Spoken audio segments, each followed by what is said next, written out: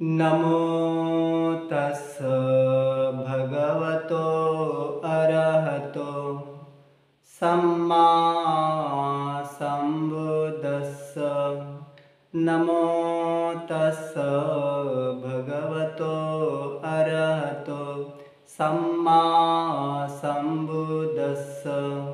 नमो तस्स भगवतो अरहतो सम्मा संबुद्दस्स। मी त्या भगवान अरहंत सम्यक समुदाला की जे संपूर्ण दुःखात मुक्त आहेत अशा त्या भगवान सम्यक समुदाला संपूर्ण जागृत होऊन त्रिवार वंदन करतो। सुखद आहे बुद्धाचा जन्म होणे, सुखद आहे सद्धम्म श्रवण करणे, सुखद आहे संघामध्ये समूह तपस्या करणे। संपूर्ण देवतांचे आणि मानवजाती शास्ता गुरु तथागत सम्यक समुद्र यांना वंदन। तथागताने शोध काढलेला मानवतावादी सद्धम्म विज्ञानवादी अशा सद्धम्माला सुद्धा त्रिवार वंदन। आणि तथागत सम्यक समुद्र यांनी इसवी सन 568 साली ज्या आषाढ पौर्णिमेला जागतिक धम्मचक्र प्रवर्तन केलं त्यालाच वर्षावास प्रथम तथागतांचा वर्षावास म्हटलं गेलं। आणि त्याच सारनाथला भगवान बुद्धांनी जो धम्म संशोधन करून शोधून काढला त्या धम्माचं दान सारनाथ येथे भिक्खू संघाची स्थापना केल्यानंतर त्या पंचवर्गीय भिक्खू संघांना आपल्या अमृत वाणीतून धम्मामृत धम्मदान दिलेले आहे। आणि म्हणूनच आषाढ पौर्णिमा म्हणजेच भिक्खू संघाची स्थापना प्रथम जागतिक प्रवर्तन धम्मचक्र प्रवर्तन दिवस म्हणून अशा विश्वगुरूला त्या पंचवर्गीय परिवार भिक्खूंनी गुरु स्वीकार केले। म्हणूनच आषाढ पौर्णिमेला जागतिक गुरु पौर्णिमा सुद्धा म्हटल्या जाते। म्हणून अशा भगवंताच्या पवित्र निष्कलंकित अट्टपरिस पुग्गल भिक्खू संघाला सुद्धा त्रिवार वंदन। आणि 3000 वर्षापूर्वीचा जो आधुनिक युगामध्ये अशोक विजयादशमीच्या दिवसाला म्हणजेच अशोक धम्मदायात सम्राट अशोक यांच्या धम्मविजयाला साक्षी ठेवून विश्वरत्न बोरीसर बाबासाहेब आंबेडकर यांनी धम्मदीक्षा घेऊन धम्मस्वीकार केला पूज्य भदंत धम्मगुरू चंद्रमुनी मास्तर यांच्याकडून। अशा बोधिसत्व विश्वरत्न बाबासाहेब आंबेडकर यांच्या महान धम्मक्रांतीमध्ये जीवन समर्पित। आणि आजच्या या धम्म विषयामध्ये विषय आहे सम्यक दृष्टी। म्हणजेच भगवान बुद्धाने जो आर्यष्टिक मार्गाचा उपदेश केलेला आहे त्याच्यामधील हे प्रथम मार्ग आहे सम्यक दृष्टी। आपण बघूया उपासकांनो सम्यक दृष्टी म्हणजे काय तर याचा अर्थ सर्वांनी समजून घ्यावा। आणि हे धम्मदान स्वीकारल्यानंतर या व्हिडिओला सबस्क्राईब करा आणि लाईक करा आणि पुढे सर्वांना पाठवा म्हणजेच धम्म प्रचार जास्त होईल। म्हणून उपासकांनो जास्तीत जास्त शेअर करा, लाईक करा आणि सबस्क्राईब करा, हे सर्वांना मंगलमैत्री। म्हणून सम्यक दृष्टी म्हणजे काय तर याच्यावर आपण प्रकाश टाकूया धम्मप्रकाश। सम्यक दृष्टी पाली भाषेतील सम्मा किंवा संस्कृत भाषेतील सम्यक म्हणजे योग्य, यथार्थ, बरोबर, अतिउत्तम किंवा निर्मल। आणि दिठ्ठी किंवा दृष्टी म्हणजे दृष्टिकोन किंवा तत्वज्ञान। जी वस्तू जशी आहे त्या स्वरूपात तिचे दर्शन होणे, ज्ञान होणे, तिचे यथार्थ रूप जाणणे म्हणजेच सम्यक दृष्टी। सम्यक दृष्टी म्हणजे योग्य तत्वज्ञान, यथार्थ तत्वज्ञान, अतिउत्तम तत्वज्ञान किंवा निर्मल तत्वज्ञान। अर्थात योग्य तत्वज्ञान फक्त एकच असू शकते पण चुकीची तत्वज्ञाने अनेक असू शकतात। या चुकीच्या तत्वज्ञानांना दूर करून योग्य तत्वज्ञानानुसार मार्गक्रमण करणे म्हणजेच आर्य मार्ग अनुसरणे, त्या मार्गानुसार आचरण करणे। बुद्ध धम्मात पुस्तकी ज्ञानापेक्षा आचरणाला जास्त महत्त्व दिले आहे। कोणतेही पाप न करणे, कुशल कर्म करणे आणि स्वचित्ताचे संशोधन करणे ही बुद्ध धम्माची शिकवण आहे। पण योग्य आचरण करण्यासाठी योग्य दृष्टिकोन नसेल तर त्यानुसार केलेले आचरण स्वतःला आणि दुसऱ्यांनाही हानिकारक होऊ शकेल. भगवान बुद्धांनी त्रिपिटकातील दिग्निगातील संगीती सुत्तात 8 प्रकारच्या मिथ्या आचरणांचा निर्देश केला आहे. ते 8 प्रकारचे मिथ्या आचरण म्हणजे नंबर 1 मिथ्या दृष्टी, नंबर 2 मिथ्या संकल्प, नंबर 3 मिथ्या वाचा, नंबर 4 मिथ्या कर्मांत, नंबर 5 मिथ्या आजीव, नंबर 6 मिथ्या व्यायाम, नंबर 7 मिथ्या स्मृती आणि नंबर 8 मिथ्या समाधी. ते यापासून अलिप्त राहिलं पाहिजे.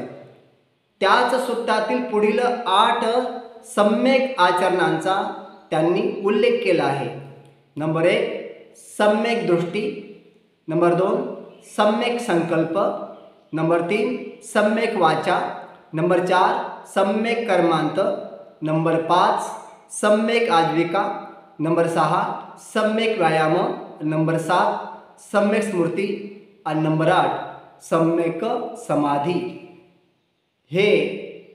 हाच मार्ग सुकर आहे. हा जो आर्यष्टिक मार्ग आहे हा मार्ग संपूर्ण सकल मानवजातीसाठी, देवता मनुष्यांसाठी सुखकर आहे, हितकारक आहे, अमृत मार्गी आहे. आणि म्हणून भगवान बुद्ध म्हणतात की हा मार्ग निर्वाणाकडे घेऊन जाणारा आहे. जो या मार्गानुसार आचरण करतो तो लोभ, द्वेष आणि मोहाचा अंत करून निर्वाण प्राप्त करतो. निर्वाण म्हणजे निर्दोष निष्कलंकित जीवन आणि म्हणून संपूर्ण विकारापासून मुक्त जीवन, मन चित्त संपूर्ण विकारापासून मुक्त. आणि हा मार्ग कल्याण मित्र आहे. तो निर्मल चित्तप्राप्तीचा एकमात्र मार्ग आहे. त्या मार्गाने चालल्यावर दुःख दूर होऊ शकते. तो सर्व मार्गांमध्ये सर्वात श्रेष्ठ मार्ग आहे. आर्यष्टिक मार्गाचे दर्शन आचरण असे 2 विभाग पाडले जाऊ शकतात. दर्शन विभागात सम्यक दृष्टीचा समावेश होतो, कारण आचरणासंबंधीच्या दृष्टिकोनाचे किंवा तत्त्वज्ञानाचे विवेचन सम्यक दृष्टीमध्ये केले जाते. उरलेले 7 सम्यक मार्ग आचरण विभागात मोडले जातात, कारण सम्यक दृष्टीप्रमाणे प्रत्यक्ष आचरण करण्यासंबंधीचे विवेचन त्यांच्यामध्ये केले आहे. म्हणून त्रिपिटकातील मध्यम निकायातील सम्यक दृष्टी सुत्तात सारिपुत्त अरंत भिक्खू म्हणतात की भिक्खूंनो, सम्यक दृष्टी कोणती असते? ज्या वेळेला आर्य श्रावक दुराचरणांना जाणतो, दुराचरणांच्या मूळ कारणांना जाणतो, तेव्हा त्याची दृष्टी या कारणांनी सुद्धा सम्यक दृष्टी, सरळ दृष्टी, निर्मल दृष्टी आहे असे म्हणावे. भिक्खूंनो, दुराचरण कोणते?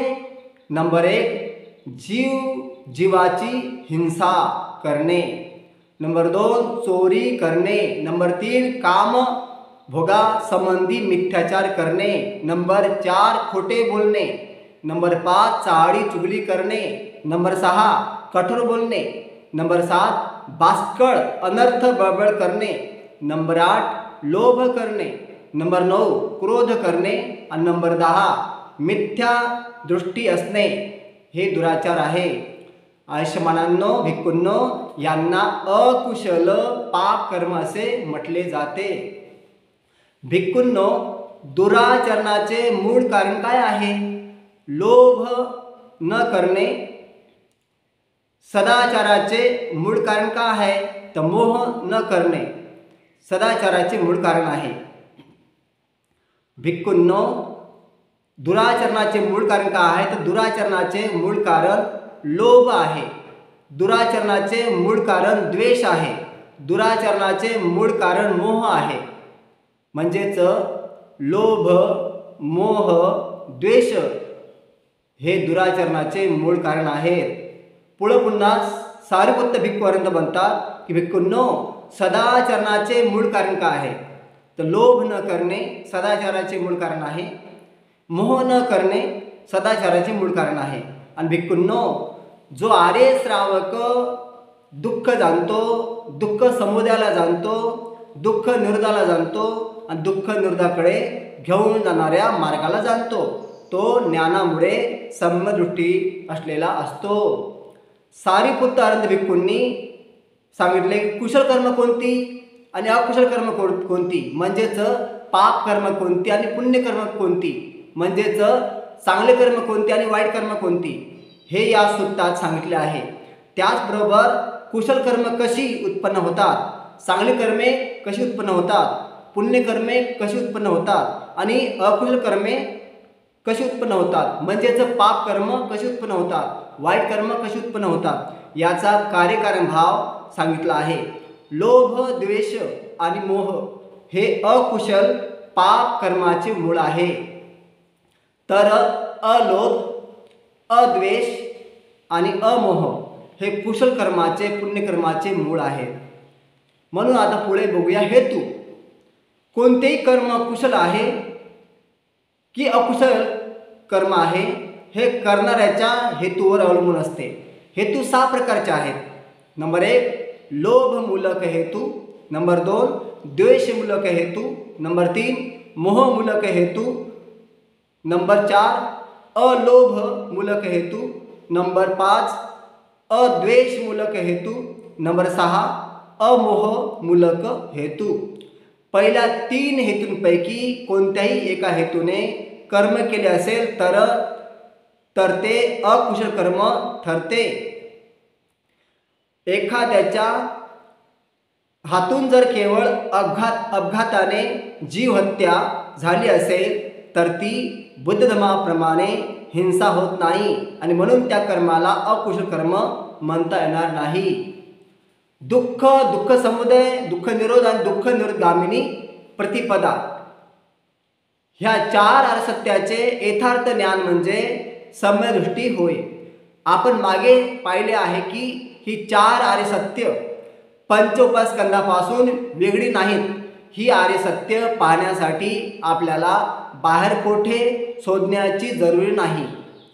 आपल्या शरीरातच अंतर्मुख होऊन पाहिले असता आपणास त्या आर्य सत्याचा अनुभव येतो आणि त्या आर्य सत्याचे ज्ञान होते. भगवान बुद्ध म्हणतात, भिक्खूंनो, जर कोणी विचारले की भगवान कोणत्या दृष्टीचे आहेत तर काय उत्तर द्याल? भिक्खूंनो, तथागत अमक्या एका दृष्टीचे आहेत अशी गोष्ट राहिली नाही. तथागतांनी हे सगळे सांगितले आहे की हे रूप आहे, हे रूपाचे उत्पन्न होणे आहे, हे रूपाचे अस्त होणे आहे, हे वेदना आहे, हे वेदनेचे उत्पन्न होणे आहे, हा वेदनेचा अस्त होणे आहे, ही संज्ञा आहे, हे संज्ञेचे उत्पन्न होणे आहे, हा संज्ञेचा अस्त होणे आहे, हे संस्काराचे उत्पन्न होणे आहे, हा संस्काराचा अस्त होणे आहे, हा संस्कार आहे, हे विज्ञान आहे, हे विज्ञानाचे उत्पन्न होणे आहे, हा विज्ञानाचा अस्त आहे.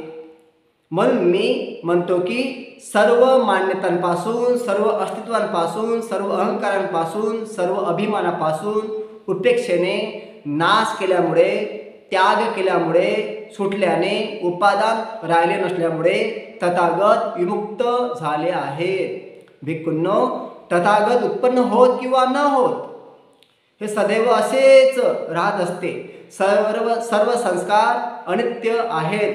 जसे रूप अनित्य आहे, वेदना अनित्य आहे, संज्ञा अनित्य आहे, संस्कार अनित्य आहे, विज्ञान अनित्य आहे. भिक्खूंनो, तथागत उत्पन्न होत किंवा न होत हे सदैव असेच राहत असते. सर्व संस्कार दुःख आहेत. जसे रूप दुःख आहे, वेदना दुःख आहे, संज्ञा दुःख आहे, संस्कार दुःख आहे, विज्ञान दुःख आहे. भिक्खूंनो, तथागत उत्पन्न होत अगर न होत हे सदैव असेच राहत असते. सर्व धर्म अनात्म आहेत. जसे रूप अनात्म आहे म्हणजेच आत्मारहित, वेदना अनात्मा आहे, संज्ञा अनात्मा आहे, संस्कार अनात्मा आहे, विज्ञान अनात्मा आहे, म्हणजेच या शरीरात आत्मा नावाची कोणती वस्तू नाही, म्हणून त्याला म्हटलं अनात्म. भगवान बुद्धांनी केलेल्या पंचस्कंदाच्या विश्लेषणावरून हे स्पष्ट दिसून येते की आपल्या शरीरामध्ये काहीच शाश्वत नाही, काहीच निरंतर टिकणारे नाही, सर्व काही परिवर्तनशील आहे, सर्व काही प्रवाहमय आहे. पंचस्कंद संस्कारित आहेत आणि म्हणून प्रत्यय संपाद सिद्धांताच्या सिद्धांतानुसार परिवर्तनशील आहे. मन आणि मनाचे घटक नेहमी बदलत असतात, त्याचप्रमाणे शरीर आणि शरीराचे घटक सुद्धा नेहमी बदलत असतात.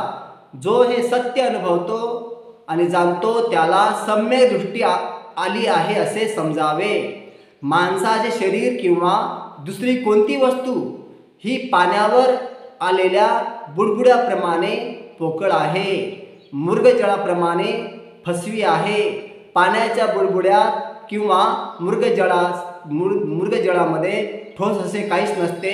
म्हणूनच विपश्यना ध्यान करणारा भिक्खू कायानुस्मृती, धम्मानुस्मृती, चित्तानुस्मृती, वेदनानुस्मृती या चारही स्मृती प्रधानांचा अभ्यास करणारा भिक्खू सर्व प्रकारच्या वस्तू मात्रांचे बारकाईने विश्लेषण करतो.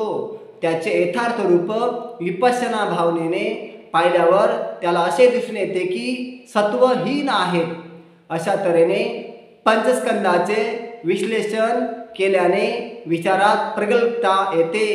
ही प्रगल्भता आल्यानंतर सम्यदृष्टी विपश्यना या नावाने ओळखली जाते. विपश्यनेमुळे स्कंदांचे यथार्थ ज्ञान होते व त्यांना अनित्यता, दुःख आणि अनात्मता या जगातील मुख्य 3 लक्षणा पाहता येते. भगवान बुद्ध म्हणतात पंचस्कंद अनित्य आहेत. जे अनित्य आहेत ते दुःख आहेत, जे दुःख आहे ते अनात्मा आहे, जे अनात्मा आहे ते माझे नाही, ते मी नाही, ते मी स्वतः नाही. हे सम्यक प्रज्ञेने जसे आहे तसे पाहता येते. जे जसे आहे तसे सम्यक प्रज्ञेने पाहतो त्याचे मन कशात अडकून राहत नाही, तो बंधनातून मुक्त झालेला असतो. म्हणूनच आचार्य नागार्जुन भिक्खू म्हणतात, जेव्हा आत्मा किंवा सत्वांची कल्पना नष्ट होते तेव्हा मी माझे ही कल्पना सुद्धा नष्ट होते. फक्त पंचस्कंदच अनित्य नसून त्यांना उत्पन्न करण्यास कारणीभूत असलेली कारणे आणि परिस्थिती हे सुद्धा अनित्य आहेत, दुःख आहेत आणि अनात्मा आहेत. तथागत म्हणतात रूप, वेदना, संज्ञा, संस्कार आणि विज्ञान हे अनित्य आहेत. त्यांना उत्पन्न करण्यास कारणीभूत झालेली कारणे सुद्धा अनित्य आहेत. मग जी स्वतःच अनित्य आहेत ती नित्य स्कंद कशी उत्पन्न करू शकतील? त्याचप्रमाणे पंचस्कंदांना उत्पन्न करण्यास कारणीभूत असलेली कारणे सुद्धा दुःख आणि अनात्म आहेत. स्वतःच दुःख आणि अनात्म आहेत ती सुख आणि आत्मा कशी उत्पन्न करू शकतील? हे जसे आहे तसे पाहिल्याने आणि जाणल्याने आर्य श्रावक रूपाच्या बाबतीत, वेदनेच्या, संज्ञेच्या, संस्काराच्या आणि विज्ञानाच्या बाबतीत उपेक्षा धरतो. उपेक्षेमुळे तो त्यांच्यापासून वेगळा होतो. त्यांच्यापासून वेगळा झाल्याने तो मुक्त होतो. मुक्त झाला आहे असे त्याला ज्ञान होते आणि तो जाणतो की मी विशुद्ध जीवन जगलो. जे काही करायचे होते ते केले, आता काही करायचे बाकी राहिले नाही. जेव्हा आपण वस्तू मात्र जसे आहे तसे पाहत नाही तेव्हा आपली दृष्टी अस्पष्ट होते.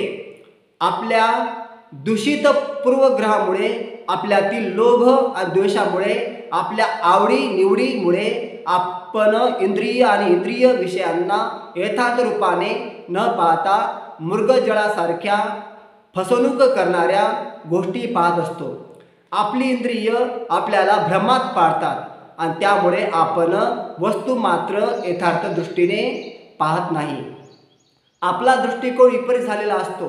त्यामुळे आपण 3 प्रकारचे विपर्यास पाहत असतो. ते म्हणजे नंबर 1 संज्ञा विपर्यास, नंबर 2 चित्त विपर्यास आणि नंबर 3 दृष्टी पर्यास। अशा वेळी मनुष्य मिथ्या दृष्टी पाहतो, मिथ्या दृष्टीने पाहतो। तो नंबर 1 जे परिवर्तनशील आहे त्याला शाश्वत आहे असे पाहतो। नंबर 2 जे दुःख आहे ते सुख आहे असे पाहतो। आणि नंबर 3 जे गुणास्पद आहे ते सुंदर आहे असे तो पाहतो। सम्य दृष्टीमुळेच हे भ्रम दूर होऊ शकतात आणि वस्तू मात्र यथार्थ रूपाने जसे आहे तसे पाहता येतात। भिक्खूंनो, ज्या कोणी अडाणी माणसाने आर्यांची अनंत भिक्खूंची संगत केली नाही, आर्य धर्माचे ज्ञान प्राप्त केले नाही, आर्य धर्माचा अभ्यास केला नाही, सत्पुरुषांची संगत केली नाही, सद्धर्माचे ज्ञान प्राप्त केले नाही, सद्धर्माचा अभ्यास केला नाही, त्याचे मन सत्कार्य दृष्टीने युक्त होते। सत्कार्य दृष्टी म्हणजे काय? तर सत्कार्य दृष्टी उत्पन्न झाल्यावर तिच्यापासून कसे मुक्त होता येईल हे त्याला माहीत नसते। त्याची सत्कार्य दृष्टी दृढ होऊन ती त्याच्या पतनाला अधोगतीला कारणीभूत होणारे बंधन असते। त्याचे मन विचिकित्सेने भरून जाते। त्याचे मन शील व्रत परामर्शाने काम वासनेने क्रोधाने भरून जाते। त्याच्या मनातील विचिकित्सा शीलव्रत परामर्श कामवासना क्रोध दृढ होऊन ती सर्व त्याच्या पतनाला अधोगतीला कारणीभूत होणारी बंधने बनतात। त्याला हे माहीत नसते की कोणत्या गोष्टींना त्याने मनात स्थान देता कामा नये आणि कोणत्या गोष्टींना स्थान दिले पाहिजे। म्हणून ज्या गोष्टींना मनात स्थान देता कामा नये अशा गोष्टींना स्थान देतो आणि ज्या गोष्टींना मनात स्थान दिले पाहिजे अशा गोष्टींना तो स्थान देत नाही, महत्त्व देत नाही। तो अनुचित पद्धतीने विचार करतो। मी भूतकाळात होतो की नव्हतो, मी भूतकाळात कोण होतो, मी भूतकाळात कसा होतो, मी भूतकाळात काय होऊन नंतर काय झालो, मी भविष्यात असेल किंवा नसेल, मी भविष्यकाळात काय असेल, मी भविष्यकाळात कसा होईल, मी भविष्यकाळात काय होईल, नंतर काय होईल, किंवा वर्तमान काळाबद्दल तो संदेहशील होतो। मी काय आहे की नाही, मी कोण आहे, मी कसा आहे, हे सत्व कुठून आले, ते कुठे जाईल, त्याच्या अशा अनुचित रीतीने विचार करण्यामुळे पुढील 6 पैकी एक दृष्टी त्याच्या मनात भर करते। माझा आत्मा आहे, माझा आत्मा नाही, मी आत्म्याला जाणतो, मी अनात्म्याने आत्म्याला जाणतो। ज्याला आत्मा म्हणतात तो चांगल्या वाईट कर्माची फळे भोगतो। आत्मनित्य आहे, ध्रुव आहे, शाश्वत आहे, अपरिवर्तनशील आहे, जसा आहे तसाच राहील। भिक्खूंनो, ही सगळी मूर्खता आहे। यालाच म्हणतात की मतांच्या जाळ्यात जाऊन पडणे। मतांची गूढता, मतांची दरी, मतांचा देखावा, मतांचा फास, मतांचे बंधन, या मतांच्या बंधनात अडकून पडलेला मनुष्य म्हातारपण मृत्यूपासून मुक्त होत नाही आणि मुक्त न झाल्याने रडण्या ओरडण्यापासून, चिंतित होण्यापासून, त्रस्त होण्यापासून, दुःखापासून मुक्त होत नाही। भिक्खूंनो, ज्या पंडित लोकांनी आर्यांची संगती केली आहे, अनंत भिक्खूंची संगती केली आहे, आर्य धर्माचे ज्ञान प्राप्त केले आहे, आर्य धम्माचा सखोल अभ्यास केला आहे, सत्पुरुषांची संगत केली आहे, सद्धम्माचे ज्ञान प्राप्त केले आहे, सद्धम्माचा अभ्यास केला आहे, ते हे जाणतात की त्यांनी कोणत्या बाबींना मनात स्थान दिले पाहिजे आणि कोणत्या बाबींना मनात स्थान देता कामा नये। हे जाणल्यामुळे ज्या गोष्टींना मनात स्थान देता कामा नये त्यांना ते मनात स्थान देत नाहीत आणि ज्यांना मनात स्थान दिले पाहिजे त्यांना ते मनात स्थान देतात।